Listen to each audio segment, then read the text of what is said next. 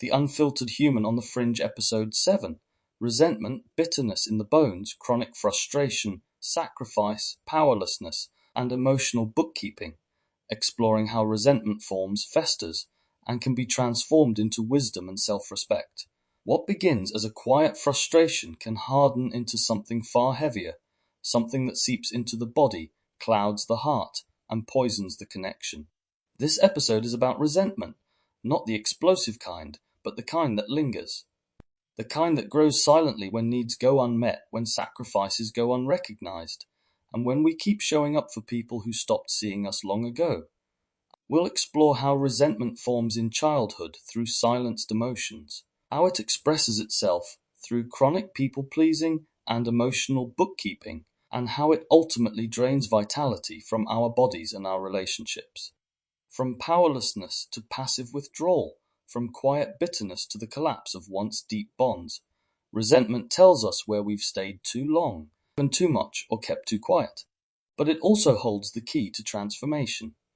When we learn to listen to the stories our resentment is telling about worth, boundaries, reciprocity, and unmet needs, we can transmute that bitterness into self-respect and clarity. And this is the part of you that knows something needs to change. This is episode 7 of The Unfiltered Human on the Fringe. I'm James Miller. Where it began, early frustrations and silenced needs, reflection. While I don't recall a single defining memory of overgiving in childhood, I do remember a consistent feeling that my emotional needs were invisible. I was often praised for being calm and undemanding, but what I needed was emotional support, not praise for my silence. I internalized that being low maintenance was valuable, but the cost was learning to suppress my feelings. In a world where emotional expression was not modeled, I learned early that my feelings were either irrelevant or too much. To cope, I shut down.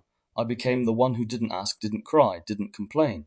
That unspoken expectation carved a deep groove into how I related to others later in life. Psychological insight. Developmental psychologists have shown how early emotional neglect can lead to adult patterns of overfunctioning in relationships. The child who learns not to express becomes the adult who gives silently and resents loudly, but only inside. Prompt. Silence in childhood often becomes resentment in adulthood. Self-reflection.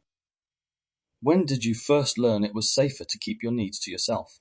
The unspoken contract, people-pleasing and hidden expectations reflection. Several times, I kept giving to situations, to my detriment emotionally, energetically, hoping someone would finally get it. I didn't want to detach, but no matter how much I gave or adjusted, it was never enough. My effort was unmatched. Eventually, I saw the futility. These weren't people incapable of understanding. They were unwilling. I wasn't seeking love or validation. I only wanted reciprocation, respect. To know the connection wasn't one-sided. But each time I was met with indifference, it felt like I was giving away another piece of myself. Eventually, I stopped explaining and simply walked away. The return to silence became my return to sanity. Relational insight. People pleasers often operate on unspoken contracts. If I keep showing up, you'll love me back. When that doesn't happen, the betrayal runs deep, not just of the other, but of the self who kept giving beyond their limits. Prompt. The silent contract of people-pleasing always includes invisible terms that the other person never agreed to. Self-reflection. Where in your life have you given more than you had to give, hoping it would finally be enough? Bitterness in the bones, resentment stored in the body reflection. Resentment lives in my gut, a twisting, gnawing sensation that something's been taken from me. At times it spreads to my chest, becoming a heavy heart. My body holds the stories I didn't know how to speak. I've experienced full nervous system crashes from emotional overload. Days of exhaustion. It's like my body weeps what I can't say. Suppression only intensifies it. The frustration builds. So now I do my best not to hold things in. I speak when I need to, even if it's just to myself. I don't want that bitterness poisoning my body. Dramatic insight. Trauma therapist Peter Levine describes how unexpressed emotion doesn't vanish, it lodges in the body. Chronic resentment can manifest as fatigue, digestive issues, tension headaches, or autoimmune flare-ups. Prompt. Your body keeps the score, especially when you won't speak up. Self-reflection. Where in your body does resentment speak most loudly? The powerless giver, resentment as a response to sacrifice reflection. I've given parts of my life away, time, energy, and identity, and regretted it deeply. At the time, I didn't see it as sacrifice. I thought it was just what you do. But once I woke up to the imbalance, I saw it for what it was. I was giving from emptiness, hoping for nourishment. That never works. I felt manipulated at times. I also struggled to say no, especially when my self-worth was low. But that changed.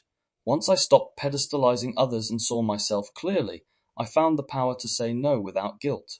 That shift was everything. Insight, sacrifice without consent becomes self-betrayal. It's not noble, it's corrosive. And resentment is often the bill that arrives years later. Resentment often reveals where your yes should have been a no. Self-reflection. Where have you sacrificed yourself in the name of connection? Keeping score, emotional bookkeeping, and inner grudges reflection. I've kept score. I won't lie. I've counted the ways I showed up while others didn't. But I try not to live there. When those memories come up, I remind myself that those experiences helped me grow. I use them to highlight my patterns, not to hold grudges. Still, in some long-term relationships, the resentment crept in slowly. It was never one big betrayal, just 1,000 small dismissals. The repeated internal question, why don't they see what I give? Those thoughts became loops, shame, disappointment, grief, psychological insight. In emotionally imbalanced relationships, scorekeeping often replaces communication. But those mental tallies are a symptom, not a solution. Keeping score is the resentment of the unspoken. Self-reflection. What do you still wish someone had acknowledged or thanked you for? The quiet drift. How resentment destroys connection. Reflection. I've let relationships die quietly. No dramatic arguments. Just erosion. At some point, I stopped sharing. Stopped showing up. Not out of spite, but preservation. It didn't feel worth the energy anymore. Over time, I gave less and less. I knew anything I expressed would be misunderstood or minimized. So I said nothing, but silence costs. It becomes a wall, and though it protects, it also isolates. That's the bitter irony of resentment. You end up alone, even if it started with giving too much. Cultural insight. Modern relationships are often too conflict-averse. We fear confrontation so much, we let decay fester instead. But silence doesn't solve. It only stretches the distance out. Some relationships don't break, they just disappear beneath years of unspoken truth. Self-reflection. What did you stop expressing to maintain a peace that never really existed? Alchemy of the bitter heart, transforming resentment into power. Reflection. I've learned that unmet needs don't go away, they morph. If you don't speak them, they show up as anger or withdrawal.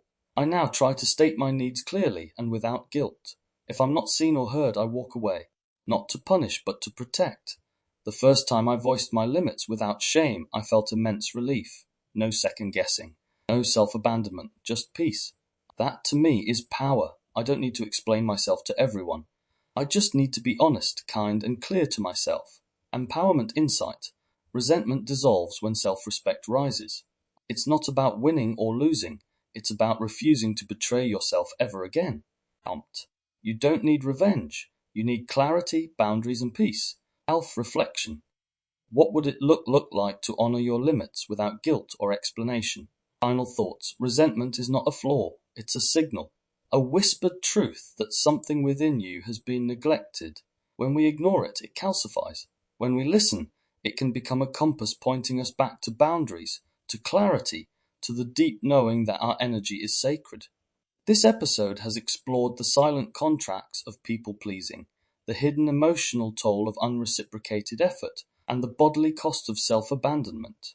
But ultimately, it's about how we reclaim ourselves, not through confrontation, but through quiet self-honesty. If any of this resonated with you, you're not alone. You're not broken. You're waking up to where you've been giving your power away, and now you're beginning to take it back. Thank you for walking through the bitter bones of resentment with me. I hope this episode gave you space to reflect and the courage to honor the voice inside that's been whispering, no more. Until next time, stay curious, stay kind, and stay unfiltered. James Miller.